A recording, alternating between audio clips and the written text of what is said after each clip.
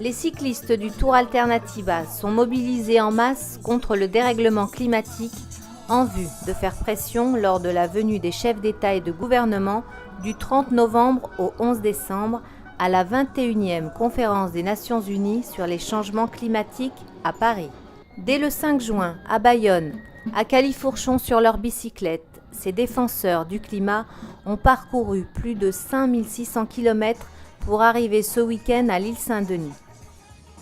Je pense que l'argent que j'ai sur mon compte sera placé dans une banque éthique au lieu de faire n'importe quoi, parce que si tout le monde fait ça, il n'y a plus de problème de projets financiers dévastateurs de l'environnement.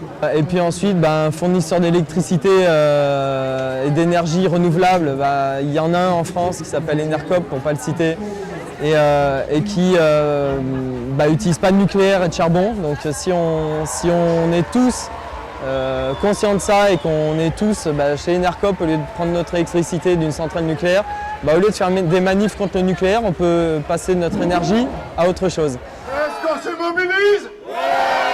À la République ! À 72 ans, Suzanne Georges, une militante altermondialiste et écrivaine, a tenu à soutenir ces initiatives citoyennes en faveur du climat.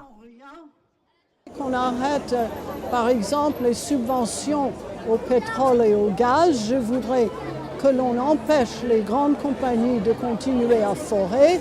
Je voudrais qu'au moins 80% des énergies fossiles restent dans le sol et qu'on n'y touche pas du tout.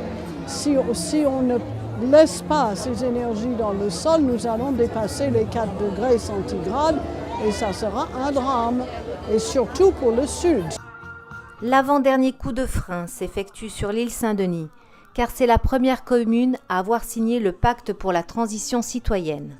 Elle s'engage sur un projet d'habitat collectif et écologique. Le maire souhaite également adopter une délibération zone hors taffetas en conseil municipal. La municipalité compte établir une zone de rencontre limitée à 20 km/h ainsi que plus de composteurs dans la ville. Il y a 2 dimensions dans la COP21. Il y a la dimension de la négociation internationale. Il faut tout faire pour qu'elle aille le plus haut possible. Mais il y a une autre dimension, c'est la mobilisation citoyenne. Et en particulier, l'union des collectivités locales de proximité et de la société civile. À l'appel de la coalition Climat 21, le calendrier pour une mobilisation nationale est fixé au 29 novembre et au 12 décembre.